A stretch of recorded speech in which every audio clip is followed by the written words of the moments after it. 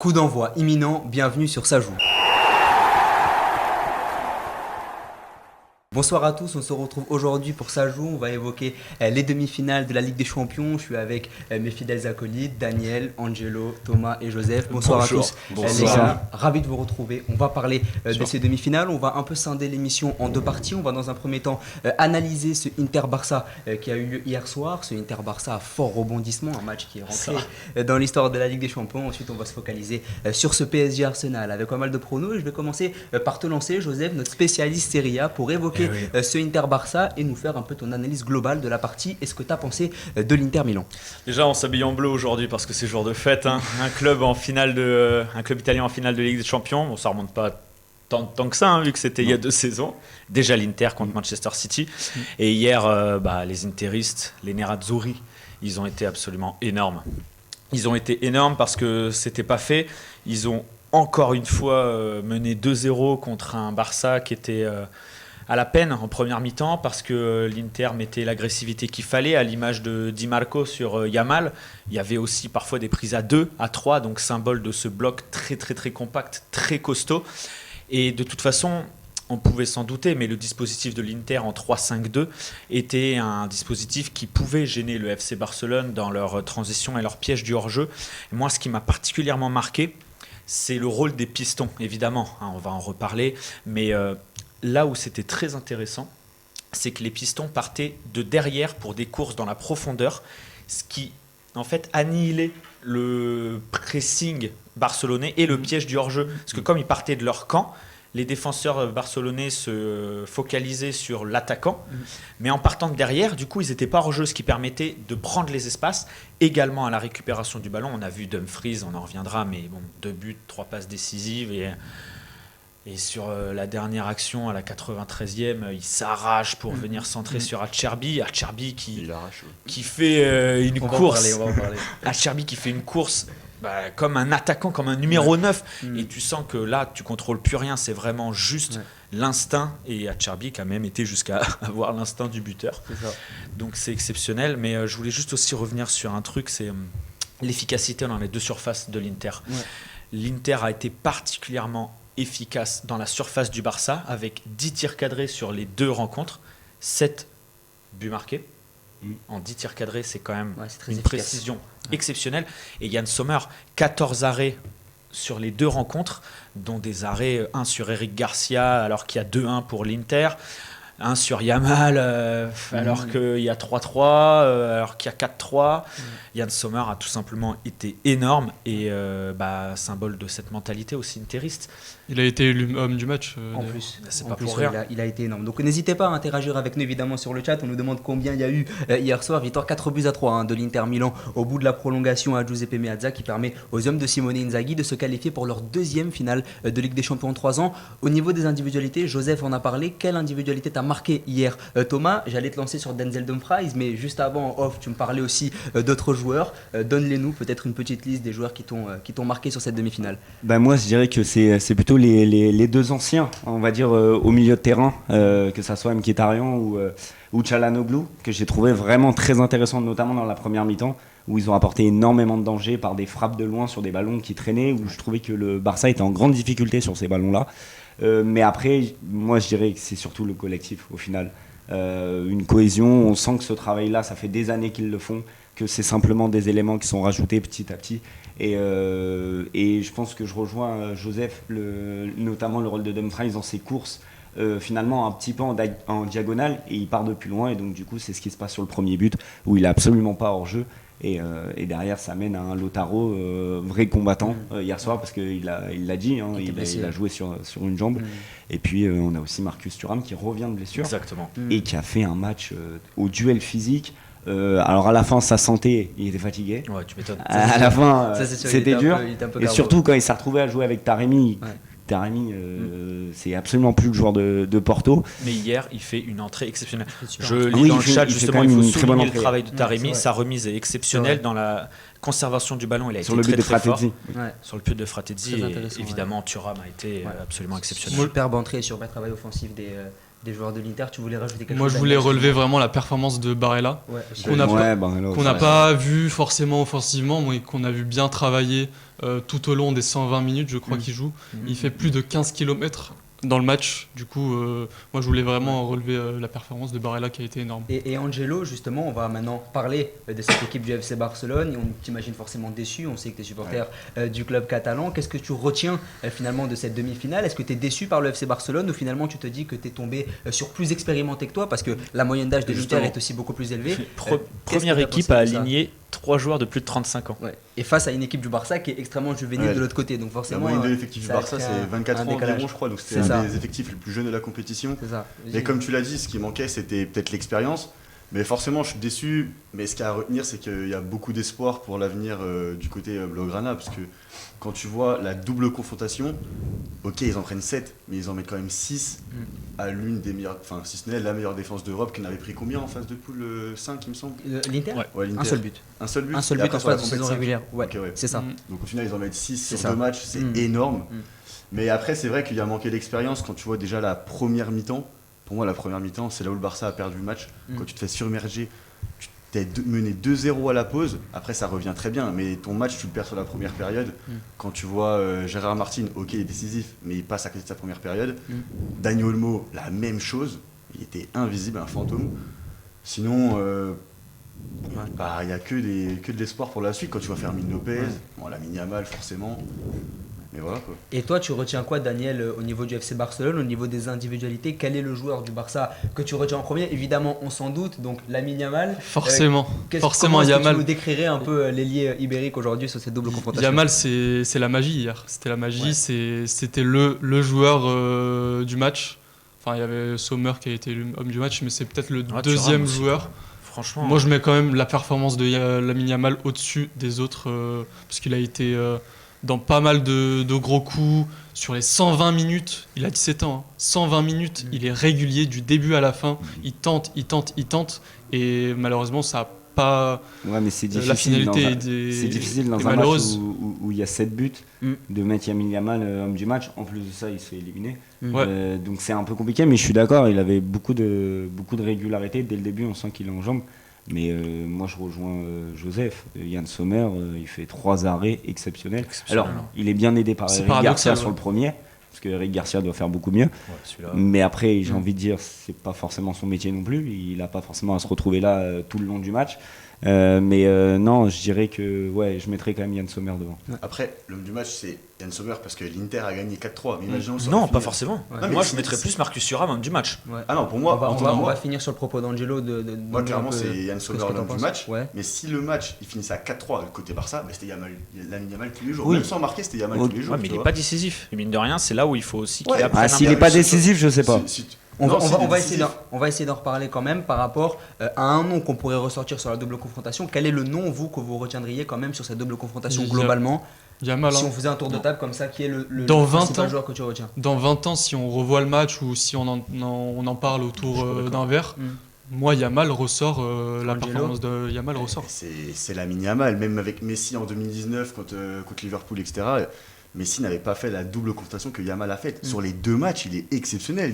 Lamine Yamal, il y a pas. Thomas, c'est quoi le joueur que tu retiens le plus, l'individualité la plus forte sur la double confrontation? Peut-être un peu essayer d'innover parce qu'on n'a que Lamine Yamal qui revient. Non, moi j'en ai un. Moi, je dirais que sur la double confrontation, l'élément le plus important, peut-être pas forcément le plus beau à avoir joué pendant au total plus de 200 minutes, mais Denzel Dumfries. Déjà. Et toi, C'est Joseph? le plus important. Moi, je mettrais Bastoni. Juste 2 petites raisons. Aussi, Bastoni, pendant- parce que, en fait, que ce soit à l'aller ou au retour, Yamal a quand même été très dangereux pour Di Marco et Carlos Augusto. Et Bastoni, avec ses prises à 2, voire parfois à 3, parce que Mkhitaryan revenait défendre, il a été hyper rassurant pour son latéral gauche et super important contre le FC Barcelone. Il arrivait à casser les lignes balle au pied, casser le pressing du Barça, ce qui déstabilisait le Barça pour ensuite avoir des surnombres dans le camp adverse. Ouais. Et ça, Bastoni est un des meilleurs défenseurs centrales d'Europe actuellement. C'est vrai que le rôle de Bastoni dans la mise en place de Simone Inzaghi depuis des années, elle est vraiment prépondérante. Tu voulais rajouter quelque chose avant de passer à autre chose, évidemment. J'enlève sur- rien à sur ce Bastoni, point-là. c'est le patron de la défense interiste, il n'y a pas de débat là-dessus. Mais bon, il prend quand même 6 buts face à une équipe Aussi. très jeune du Aussi. Barça. Donc, On va essayer d'interagir aussi avec le chat. Il y a plusieurs joueurs de l'Inter qui font pas forcément des grandes saisons comme Fratesi ou Taremi, mais hier ça l'a vraiment fait pour eux. Il y a aussi cette forme d'irrationnel par rapport à des joueurs qui font pas forcément une énorme saison. Moi, je voulais rajouter, c'est la différence d'effectifs entre Ouais. les deux équipes. Tu as un Inter où tu as beaucoup d'expérience, beaucoup de joueurs qui ont déjà joué plusieurs fois l'Europe dans des clubs confirmés. Et côté Barça, tu as Hector Fort qui rentre, tu as Les autres n'ont pas été bons. ils n'ont pas été au surtout, niveau aussi. Tu as Araujo qui te Ouais, coûte voilà. Lui, sur, voilà, le, je sur le vois ça. dernier but. Le but. une émission spéciale à Raoult. Ah oui, il a été catastrophique. Donc Mais, voilà, je voulais noter la différence d'effectifs. on nous demande sur le chat pourquoi il n'y a pas Walid. Alors Walid a dû évidemment s'absenter. On lui passe le bonjour, grosse dédicace à Walid. On va essayer aussi de parler de Rafinha aussi dans le jeu qui revient souvent.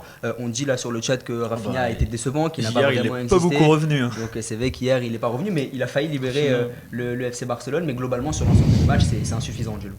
Ah oui, non, mais clairement, Rafinha, après, tu vois bien que c'est un gaucher sur le côté gauche, ça va pas. Le mec, il a besoin de rentrer à l'intérieur et là, il est sur le mauvais pied. Il a été décisif sur les 2 matchs, c'est ce qu'on lui demande, mais il n'a pas été à la hauteur de l'événement comme Lamine Yamal par exemple, tu vois. Le dernier point, avant d'enchaîner sur PSG Arsenal au Parc des Princes ce soir, ça va être vraiment le point pronostic qu'on va essayer un peu d'analyser, c'est sur le Ballon d'Or. On va passer un peu 2 minutes sur cette question-là, parce qu'hier Rafinha, en marquant le 3e but catalan, a pensé avoir ce Ballon d'Or, parce que qualifier quand même le FC Barcelone pour la finale sur un but vainqueur en demi, ça te place dans les favoris. À qui vous attribueriez ce Ballon d'Or aujourd'hui, parce que l'Inter va passer en finale, il n'y a pas d'individualité forte qui ressort du côté de Lautaro, l'Inter. quand même. À qui vous l'attribueriez comme ça, là, petit tour de table aujourd'hui? Moi, j'aurais aimé Yamal, mais je pense qu'il va finir à aller top 3. Mais c'est compliqué. Yamal, il mériterait ce ballon d'or. Bon, franchement, pour tout ce qu'il fait à 17 ans, moi, je le vois. Ce serait un très beau ballon d'or, mais malheureusement, je pense que ça ne sera pas suffisant. Joseph, tu donnerais à qui le Ballon d'Or? J'avoue qu'Yamal est quand même un concurrent particulier. Après, il ne faut pas perdre de vue la saison d'Ousmane Dembélé qui fait quand même encore plus une saison 2025 exceptionnelle. On verra ce que ça donne ce soir. Ça peut être une indication. J'aurais aimé voir Liverpool un peu plus loin pour que Mohamed Salah ait son mot à dire, même si je pense que ça va être très compliqué. À l'heure actuelle, je trouve quand même que Lamine Yamal a une magie et quand même des statistiques, puisque c'est aussi ça. Et ce qui compte aussi, c'est la pudeur. Et Lamine Yamal a aussi une sorte d'humilité qui est très respectable. Et toi Thomas, à qui tu t'attribuerais ce Ballon d'Or? Avant de donner mon pronostic, je voudrais juste rebondir sur ce que vient de dire à propos de Joseph à propos de Dembélé. Il ne faut pas oublier que Dembélé est dans les favoris au Ballon d'Or et aujourd'hui le seul qui va jouer la Coupe du Monde des clubs. Cette nouvelle compétition qu'à mon avis, Va peser. à la FIFA, on va essayer Oui, bien sûr. que ça ait de la valeur et Bien donc que c'est de l'importance pour le Ballon d'Or. Donc je pense qu'en plus de ça, s'il fait un bon parcours en Coupe du Monde des clubs, Il y a Je Vinicius pense Junior que- qui va la jouer aussi. oui, mais là, si Aussi. on compare les saisons, C'est sûr que Dembélé est au-dessus. faut pas épiloguer sur Vinicius Maintenant, parce que si ça je risque dois d'en donner énerver mon plus d'un. pronostic, et pour faire un petit peu différent de Yamal, parce que moi je le donnerais quand même à Yamal, mais sinon Pedri. Angelo, Pedro. Ah, Lamine Yamal. Non, Pedri, c'est Oui. Pedri excellente aussi. réponse. Mais non, Yamal. Juste, déjà, pour beaucoup, le favori, ça va être Dembélé, s'il y a une finale de Ligue des Champions pour le PSG. Mais pour moi, ça suffit pas pour le meilleur joueur du monde, celui qui fait taire tout le monde, qui a de la magie, comme l'a dit Joseph sur le terrain, c'est Lamine Yamal, il est beaucoup trop fort. Et sur la double confrontation, il a répondu présent, il fait une saison exceptionnelle. Donc clairement, Yamal, c'est peut-être le plus jeune de l'histoire qui va le gagner, mais au final, c'est lui qui le mérite le plus. Ouais, J'ai mais- envie de te dire, il combine les statistiques et la magie. c'est ça. Ouais, Et mais ça, c'est les- le plus important. Si, parce que si ce soir, Rafinha, il met un doublé Dembélé et ça qu'il fonctionne aussi. qu'il met un doublé en finale de Ligue des Champions, je suis pas le plus grand fervent supporter du PSG, vous le savez très bien, mais à un moment donné, il faut être objectif. Ouais. Moi, je vois pas pourquoi on vraiment. lui donnerait pas. Ouais, je suis d'accord. Mais je suis d'accord, il y a Ouais. plus de magie chez Yamal, c'est ça, il y a il aucun a une débat là-dessus. combinaison, tu vois. Alors Mais que cette Dembélé, c'est année, il plus, faut reconnaître que quand le travail est bien fait et que le travail paye, Après, on j'ai est du jamais mal. lancé. On va passer à PSG Arsenal, les gars. Je pense que c'est le genre de débat où vraiment on peut Ah, ça rester peut durer jusqu'à- très longtemps, Oui, ouais. on peut rester jusqu'à Clairement. demain. Donc on va essayer d'apporter une forme de structure en lisant aussi le chat où on réclame Yamal Ballon d'Or, où on dit aussi que Lamine Yamal n'a pas suffisamment de statistiques pour espérer remporter le Ballon d'Or. Donc c'est vrai qu'il y a des avis qui sont assez divergents sur le chaîne international espagnol. On va maintenant passer au PSG Arsenal. On a longuement parlé de ce Inter Barça, beaucoup de débats là aussi. Comment vous sentez globalement ce PSG Arsenal? Je vais commencer par toi, Joseph. Est-ce que tu penses que les Gunners sont capables de renverser la vapeur au Parc des Princes ce soir? Oui, de toute façon, je pense qu'il faut jamais dire jamais, encore plus avec le Paris Saint-Germain. Pour rappel, la dernière fois que Paris s'est fait éliminer après avoir remporté le match aller à l'extérieur, c'était face à Manchester United, un club anglais. Donc l'histoire peut sourire. Hein. C'est pas une stat qui plaira aux supporters du Paris Saint-Germain, mais elle existe. Donc Arsenal a aussi la capacité à s'imposer au Paris Saint-Germain. Le retour de Thomas Partey va être vraiment prépondérant pour le milieu de terrain. Ça va libérer un peu plus Declan Rice. Bukayo Saka va être aussi très dangereux. Face à Nuno Mendes, ça sera un duel à suivre. Évidemment, Paris a un avantage, ils se sont imposés à l'aller, mais Arsenal, on l'a vu contre le Real Madrid, ils sont capables de faire de très grandes performances. Et n'hésitez pas sur le chat à nous donner votre prono, PSG Arsenal, Arsenal PSG, ça va être vraiment intéressant là aussi à suivre. Thomas, au niveau du 11 qui va être aligné par Luis Enrique, il y a pas mal d'incertitudes, notamment sur le front offensif. Alors on a l'identité de 10 joueurs, mais la dernière place, elle va être chère entre Désiré Doué et Bradley Barcola. Par rapport à ce match-là et en termes de profil, quel joueur t'alignerais? On sait que Doué n'a pas été très bon lors du match aller, Barcola a marqué ce week-end. Lequel des deux est-ce que tu titulariserais sur ce match-là? Moi, je vais répondre par autre chose. Pourquoi il changerait? Ouais. Il a gagné C'est 1-0 vrai. là-bas avec Désiré Doué, qui peut-être a fait un moins bon match, mais au final, il a quand même fait un match cohérent, collectif. Moi, je continuerai avec lui dans une bien meilleure forme que Barcola. Moi, je vois pas pourquoi on changerait, entre guillemets, pourquoi on changerait une équipe qui gagne. Moi, je suis Luis Enrique, je remets Désiré Doué et je pense que c'est ce qu'il va faire. Et Mais toi pour revenir juste Pardon, sur ce qu'a dit Joseph avec le retour de Thomas Partey, ça va surtout remonter en position de faux numéro 9, Michael Merino. Et ça va être totalement différent de la semaine dernière avec le profil de Leandro Trossard. Et toi, Daniel, par rapport à cette équipe d'Arsenal, bon, tu es notre spécialiste Première Ligue, est-ce que tu peux un peu nous évoquer cette équipe des Gunners? Est-ce que tu la vois renverser le Paris Saint-Germain? C'est une équipe qui a perdu ce week-end aussi, donc peut-être une petite crise de confiance. Qu'est-ce que tu penses des Gunners? Est-ce qu'ils sont capables d'aller regoûter au parfum de la finale de la Ligue des Champions? On est sur une dynamique où Arsenal est pas ouf. Ils perdent ce week-end, comme tu l'as dit, contre Bournemouth à domicile 2-1, alors que Declan Rice a marqué. Ils se sont fait renverser par Huysen et Evan Nilsson. Mais ouais, Sur coup sur coup de pied arrêté, ils se sont pris Enfin, une touche. la spéciale. Et donc, ouais, ils sont sur une dynamique pas très bonne. Rice est sorti à la 70e pour justement le préserver contre le PSG ce soir. Il faudra que Martinelli, Odegaard, Saka fassent un tout autre match que la semaine dernière. Parce que vraiment, la semaine dernière, c'était catastrophique. On ne les a pas vus du tout, surtout Odegaard. Moi, j'en attends beaucoup plus de lui qui est capitaine, qui doit montrer la voie à ses coéquipiers. Et pour moi, il faut qu'Arsenal... Il y a des raisons d'y croire, en tout cas, parce qu'il faut savoir qu'Arsenal est une très bonne équipe à l'extérieur en Ligue des Champions. Une seule défaite pour Arsenal. Pour Arsenal, aller sur la pelouse de l'Inter 1-0. Sinon, c'est des victoires 7-1 contre le PSV, 5-1 contre le Sporting. Et donc, ouais, il y a des motifs d'espoir pour Arsenal. Toi, Angelo, quelle est l'individualité que tu attends le plus aujourd'hui du côté d'Arsenal? Comme l'a très bien dit Daniel, il y a beaucoup de joueurs qui ont été décevants, notamment sur la ligne offensive. Odegaard, Saka, Martinelli, sur quel joueur tu vas le plus dresser ton analyse ce soir? Lequel tu attends le plus? Moi, c'est Saka que j'attends ce soir. Hein. C'est l'attaquant des Gunners. C'est lui qui doit faire basculer la rencontre. Mais moi, objectivement, ça m'embête de le dire, mais je vois Paris y passer ce soir, plutôt tranquillement d'ailleurs. Parce que cette année, il y a une énergie qui se dégage du PSG. Il y a, j'allais dire une aura, mais il y a une vraie équipe qui s'est construite. Il n'y a pas de véritable superstar. C'est une vraie équipe qui peut aller au bout. Et Luis Enrique, c'est vraiment l'homme idéal pour mener une équipe en finale de Ligue des Champions. Et en plus, Arsenal, c'est pas le Real Madrid, c'est pas Manchester City, c'est pas la grosse équipe. Donc c'est une équipe qui est prenable. Et le PSG, en plus, au Parc des Princes ce soir, moi j'ai du mal à voir Arsenal retourner la situation. Alors, je vais poser quand même une question. Alors, en tant que fan de l'OM, Thomas et moi, c'est une question qu'on va pas vraiment aimer. Mais est-ce que c'est enfin la bonne pour le Paris Saint-Germain? Parce qu'on a vraiment l'impression qu'on est à l'aboutissement du projet de Luis Enrique, que le PSG n'a jamais été aussi fort. Ils sont dans une position favorable. Joseph, qui est un peu plus objectif que nous, est-ce que tu peux t'avancer là-dessus? Est-ce que tu penses que le Paris Saint-Germain va enfin remporter la Ligue des Champions? Ce qui est sûr, c'est que Paris a un collectif super huilé avec des individualités qui font la différence. Donnarumma a assez été pointé du doigt pour qu'on souligne maintenant à quel point il est décisif. On l'a vu à Liverpool, on l'a vu face à Aston Villa, on l'a encore vu à l'aller. C'est à noter, ça n'a pas toujours été le cas. Enfin. Ils ont quand même un milieu de terrain qui est peut-être dans le top 3 des meilleurs milieux de terrain d'Europe, avec Vitinha, Fabian Ruiz et João Neves, ce qui n'a pas toujours été le cas non plus pour le Paris Saint-Germain ces dernières années, et ils ont des individualités qui font vraiment la différence. Après, est-ce que c'est la bonne ? Cette phrase, on l'a assez entendue pour savoir qu'il ne faut pas s'avancer. Ce Paris Saint-Germain-là a des arguments de taille pour gagner, mais en finale, s'il passe, ça sera l'Inter. L'Inter, on en a bien assez parlé pour savoir que c'est une équipe très dangereuse qui peut remporter sa 4e Ligue des Champions. Et comme ils l'ont dit dans les commentaires, le PSG, ils ont l'ascendant psychologique. Il y a aussi cette C'est une question chose psychologique. le PSG n'avait jamais l'ascendant psychologique ces C'est dernières vrai. années.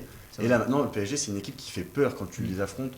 T'as pas envie de les jouer, t'es pas serein. Alors qu'avant, tu te disais, bon, ils sont un peu friables mentalement, etc. Mais là, cette année, c'est solide. C'est-à-dire que psychologiquement, il faut aller les prendre, surtout au parc. Mais attention, on n'est pas. Il faut quand même se souvenir de la baisse mentale qui est arrivée face à Aston Villa, qui aurait pu coûter très très cher. Donc Paris n'est pas à l'abri de connaître ça ce soir ou peut-être dans une éventuelle finale. Marquinhos, on sait qu'il peut avoir sur certains grands rendez-vous des lacunes. Cette année, il en a eu rarement, mais c'est possible. Vitinha à Aston Villa, la deuxième période, elle est vraiment pas bonne. Donc attention. Paris a des arguments, je me répète, mais c'est loin d'être fait. Tu es d'accord avec l'analyse de Joseph, Thomas, sur le PSG qui pourrait supposément avoir encore des failles mentales, ou pour toi ils ont passé ce step-là comme l'a très bien souligné Angelo? Non, pour moi ils auront toujours des failles mentales, surtout avec un garçon comme Marquinhos, parce que on peut me dire que c'est un capitaine, que c'est un leader. C'est quelqu'un qui a connu la remontada, le comeback à Old Trafford, Benzema au Bernabeu. Ça commence à faire l'élimination beaucoup. du Brésil sur son tir au but. Voilà, à la Coupe du Monde, tout à fait. 2022. Ça commence à faire beaucoup. Et donc je pense que c'est un garçon qui, malheureusement pour lui, jouera toujours un petit peu avec la peur dès qu'il y aura de la pression. Donc moi je pense que le PSG va passer. Mais par contre, je ne suis pas d'accord avec Angelo. Je pense qu'encore une fois, ils vont se faire très très peur. Et notamment avec les coups de pied arrêtés, où on sait que c'est encore le point faible de Donnarumma, les sorties aériennes. Et on sait que le marquage peut être laissé par Marquinhos. Oui, donc on dit sur le chat que le PSG... Bon, je lirai pas les autres commentaires, mais on dit sur le chat, pour rester professionnel, que le PSG n'a plus peur, donc ça contredit un peu ce que tu as dit Thomas, mais c'est vrai que Marquinhos fait partie de ces joueurs qui ont été très atteints d'un point de vue personnel, surtout par le football, et vraiment, il faudrait se pencher sur cette question à la fin de la carrière du Brésilien. Toi, et Daniel, des Brésiliens en général. Des Brésiliens en général. Toi, tu y crois, Daniel, pour cette équipe du PSG? Tu penses que c'est enfin la bonne ou pas? Bah, il n'y a pas de raison. Là, ils gagnent 1-0, ils ont tout pour eux. Ils ont le meilleur, l'ascendant psychologique, comme on disait, et cet avantage d'un but à 0. Ils ont un meilleur collectif à l'instant T qu'Arsenal, je pense. Moi, je suis beaucoup dans les dynamiques d'équipe, et je vois que Arsenal, ça va pas très bien. Mais Arsenal, ils n'ont plus que la Ligue des Champions à jouer. Ils sont quasi déjà qualifiés. Ils non. sont quasi déjà qualifiés. Chacun va exposer ses arguments. On commence par Daniel et ensuite Joseph, tu pourras donner la contradiction. Ils sont deuxième au classement, ils sont à 3 points de City qui est revenu ce week-end sur Arsenal. Donc il reste 3 journées. 3 journées pour confirmer la qualification directe en Ligue des Champions. Alors ils peuvent encore perdre cette qualification directe. Il faut quand même finir en dehors du top 5. Ça commence à faire loin. Puis en plus, Mais quand t'es deuxième toute l'année, tu redescends troisième, quatrième. Moi, je pense pas que Bukayo Saka il rentre sur le terrain ce soir en se disant on va peut-être perdre la place en Ligue des Champions. Je pense pas du tout. Non, ils vont pas la perdre. Prochain. Ils vont pas la perdre, mais perdre la deuxième place, c'est quand même, ce serait quand même un échec. Il y a un truc à souligner aussi, c'est que on se dirige vers une finale, c'est Manchester-Tottenham, il me semble, en Europa League. Aussi. Ouais. Ça va On va avoir 7 clubs anglais en Ligue des Champions l'année prochaine. Ouais. Donc tu me dis, t'es en train de me dire qu'Arsenal ne ferait pas partie du top 7 anglais pour aller en Champions League. Ah mais là ce soir, Arsenal ils arrivent. Non, j'ai pas dit ça. Non, il a pas vraiment dit ça, c'était pas J'ai son dit le propos. classement. Lui, il dit que Arsenal est peut-être Oui. plus focalisé sur le classement en première ligue et essayer de maintenir cette deuxième place plutôt non. que sur la Ligue des Champions. mais là, c'est Joseph la et toi Ligue des n'êtes pas d'accord Champions. visiblement. Focus Ligue des Champions. Et toi aussi, tu vas dans ce sens-là que c'est focus Ligue des Champions et qu'on va faire abstraction du championnat, Joseph. Totalement. Je pense que la deuxième place, c'est le cadet de leurs soucis à Ah partir oui. du moment où tu peux remporter le trophée qu'ils n'ont jamais remporté dans leur histoire. Enfin, je veux dire, ce week-end, ils affrontent Liverpool. Liverpool qui fête son titre depuis maintenant 2 journées. Donc ensuite, Depuis le mois de janvier, quoi. ensuite, je sais plus qui ils affrontent. Voilà, réception de Newcastle et déplacement à Southampton. On peut considérer que Arsenal a besoin d'une victoire pour se qualifier pour la Ligue des Champions. Si ce ne sera pas contre Newcastle, ça peut fortement aller contre Southampton. Donc là, ce soir, je pense que c'est le va-tout. le match de l'année pour eux. Et je pense que Mikel Arteta, de toute façon, va motiver ses joueurs en ce sens-là. On connaît les causeries Je de pense Mikel qu'il n'a pas Arteta. besoin, surtout en fait. D'ailleurs, je pense je même pense qu'il en qu'ils aurait sont pas déjà besoin. assez Ah, motivés. mais je voulais dire qu'ils pouvaient perdre la deuxième place et perdre contre le PSG. Ils peuvent Donc, perdre Oui, gros. on peut perdre mais- sur la saison, c'est ça. Après, je pense que s'ils finissent que- troisième en ayant tout donné pour aller en finale de Ligue des Champions, ou même pour aller gagner la Ligue des Ouais, Champions, mais tout ils de- n'auront pas beaucoup de regrets. Ouais, je pense que le C'est sens du propos de mon Daniel avis. aussi, c'était de dire qu'il y avait encore un championnat à jouer jusqu'à la fin et on a vu que Clairement. ça a donné un 3 débat journées. assez animé par rapport à la situation d'Arsenal. On va avoir d'abord le prono, juste avant de passer au quiz. Je veux chacun votre prono sur cette demi-finale ce soir en étant tout à fait objectif. Un prono avec peut-être un ou deux arguments qui pourraient étayer votre pronostic. On va commencer par Daniel, pourquoi pas. 2-2. Ok, donc qualification du Paris Saint-Germain. Ouais, exactement. On va vous demander aussi votre prono sur le chat, n'hésitez pas à la jouer un 3-1 PSG, etc. sans APL, donc c'est vrai qu'il y a beaucoup de gens qui sont optimistes pour le club de la capitale. Tu vas pas dans ce... Non, moi je ce pense que sens-là. Arsenal va quand même jouer un peu son va-tout aussi. Et donc va quand même marquer. Il y a Martinelli, Saka qui vont enfin bouger leurs fesses, quoi. Se libérer peut-être Ouais. aussi et offrir du travail à Donnarumma et à l'arrière-garde parisienne. Toi Angelo, ton prono avec un ou deux arguments aussi. Moi, je dirais 2-1 Paris. Ouais. 2-1 Paris, parce que je vois un match assez fermé quand même, mais Arsenal sur coup de pied arrêté, on les connaît. Mais je vois le PSG clairement. En fait, je vois pas le PSG se faire sortir ce soir. À domicile, c'est pas possible. Ce soir, franchement, je comprendrais pas une élimination. Encore les années précédentes, il y avait des arguments pour, mais là, cette année, ce soir, je vois pas Paris sortir. Et après, si on se projette un peu plus, par contre, je vois pas le PSG se faire sortir, et je ne vois pas le PSG gagner contre l'Inter. Quand on voit la Ok. confrontation contre le Barça, je vois pas le PSG gagner l'Inter. Et toi Thomas, un petit prono aussi sur la Objectif. rencontre. Très objectif, Thomas. 2-1 Arsenal et Paris en prolongation. Ok. Avec un but de Saliba et une erreur de Saliba. Ouh, c'est vrai que ça... Ah, ok. Je Donc, maintiens c'est- mon avis de la c'est semaine un peu- dernière. Saliba va être Décisif. fautif, décisif des deux côtés. Et toi Jo? Qualification du Paris Saint-Germain sans gagner le match. Donc un match nul ou... Nul, défaite ou tir au but. Défaite toujours au but, ok. Donc on a des arguments aussi de part et d'autre qui sont plutôt intéressants. On va passer à votre partie préférée de l'émission, on va passer au quiz. Maintenant. quiz. C'est Allez. parti.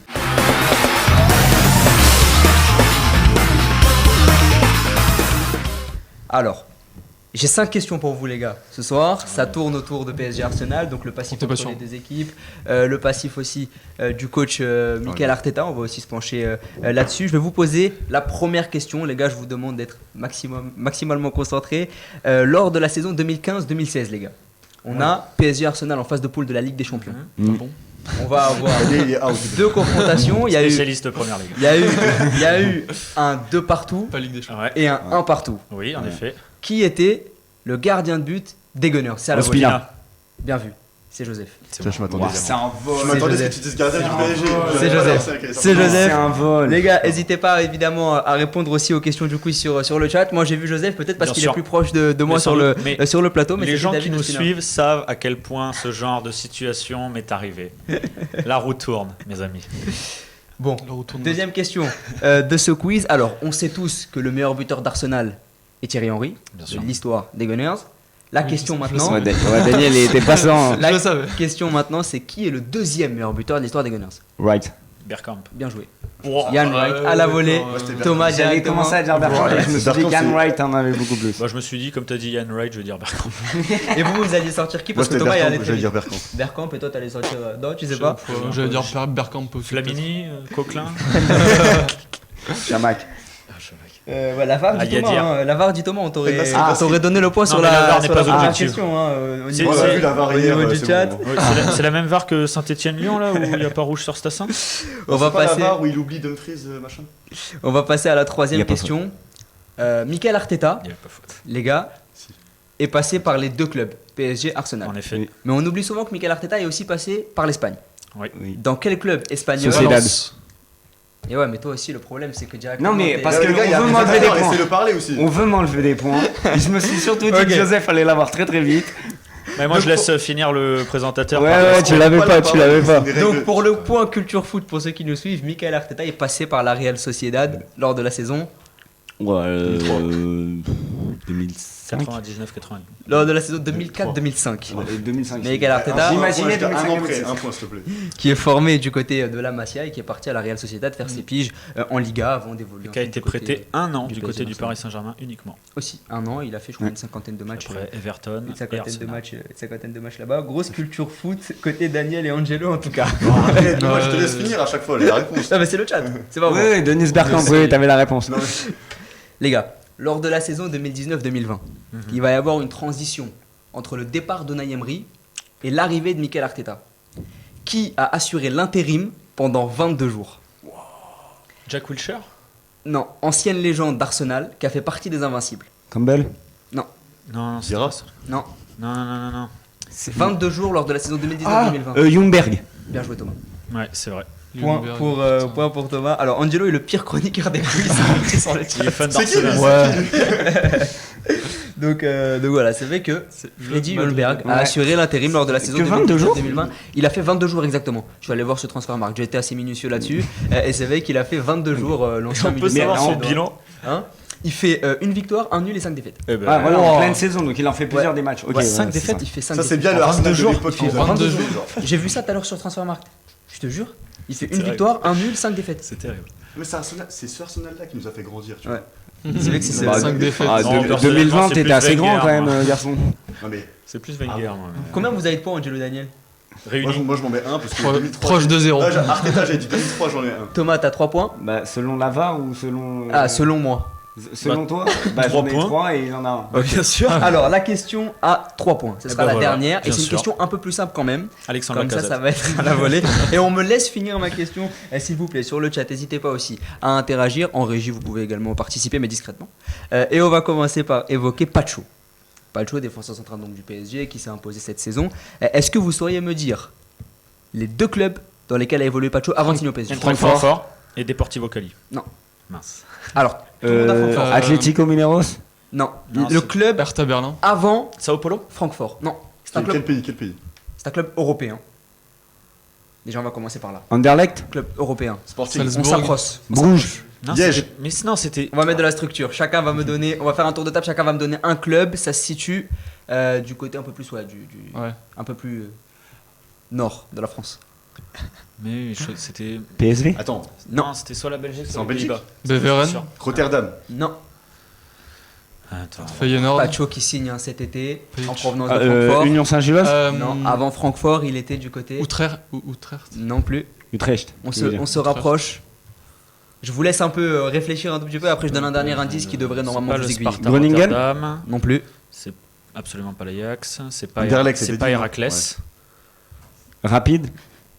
AZ C'est Alkmaar. Vitesse Arnhem. Non Vitesse, plus. ouais, Ils c'est- l'ont dans les commentaires Non plus. Non, toujours pas. Même dans les commentaires, ils l'ont pas. On nous dit C'est Saint-Gilloise. dur. Non, c'est pas la Saint-Gilloise. Non, c'est aux Pays-Bas. C'est pas Sissignon non plus. C'est aux Pays-Bas. C'est en Belgique. C'est en Belgique. Belgique. Genk. Non plus. Gent. Gantoise, la Gantoise. Gantoise. Non plus. La Twitch en Belgique, là, les gros clubs. Alors, Ah. Zulte Waregem. non plus. Allez les gars. Willems. Je pense que vous Tu l'aurais allez trouvé, toi, pas y ça, arriver. Molenbeek. Molenbeek. Non, on va pas trouver. Parce qu'il a été prêté par Botafogo. Enfin bref. Non. Bon allez les gars, il va Qu'il falloir a été le- acheté pour 32 moi, millions. sincèrement, c'était la question la plus Anderlecht, simple. Club Bruges. Non plus. Le Le Cercle, Cercle Bruges. Non plus. La plus simple. Anderlecht, on a dit. Standard Liège, on a dit. On a dit. Royal Antwerp. Royal Antwerp. Bah c'est très bien. Bravo Joseph, c'est le, La victoire. c'est le Royal Antwerp. Pacho pas la plus évolué simple du non côté plus. du Royal Antwerp. C'est pas Molenbeek non plus. On nous a sorti Bastogne. Alors je savais pas que c'était un club de foot. Je Si, pensais que si, c'était c'est le Tour de vrai. France moi. Mais Liège, le Bastogne, Liège. vélo, Alors non, c'est en On nous Belgique. a sorti Anvers aussi. Donc c'est vrai que c'était au On nous a Royal sorti C'est Antwerp ça, Anvers, c'est Antwerp. qui évoluait C'est le club d'Anvers. l'international équatorien avant de signer C'est la au traduction. PSG. Beaucoup disent d'ailleurs que c'est le meilleur joueur du PSG cette saison. Pacho, je sais pas ce que vous en pensez aussi. Non, pour, finir sur mais le- il est très fort. sur le C'est débat. peut-être le Bah, il y a Dembélé quand même. C'est peut-être le plus sous-côté. C'est un élément important. Aussi, ouais. Ouais, il est plus important qu'on ne Il le est pas pense. très mis en avant, mais. Non, très parce que important. t'as comme Hakimi déjà. Non, mais ce qui est Ouais, sûr, c'est c'est bon. qu'il amène aussi Ouais, de la Dembélé. solidité à la défense et une assurance à Marquinhos. Mine de rien. En Oui. tout cas, merci à tous de nous avoir suivis. Bravo à Thomas d'avoir remporté son Bravo, quiz. Thomas. Il nous a encore Non. étayé sa Lundberg. culture foot. Bravo aussi à La dernière Joseph question à 3 d'avoir trouvé le Royal Antwerp. Et ça remercie Daniel pour son analyse aussi. Merci aussi par rapport à la présentation. C'est très gentil. C'était un plaisir en tout cas. C'est un plaisir. Merci à Merci, tous Momo. ceux qui sont dans la régie, Jeff, Angelina, Megan, Victorien. Merci à Walid aussi de m'avoir donné les clés de l'émission. Merci pour la confiance. Et merci à Samy aussi Samy, qui nous a ouais. aidés. d'être venu. Merci à distance. Samy aussi qui Et nous merci à a maman. beaucoup aidé. Et on se retrouve pour une prochaine émission, j'espère. Bonne soirée à tous. Ciao, buonasera, bonsoir.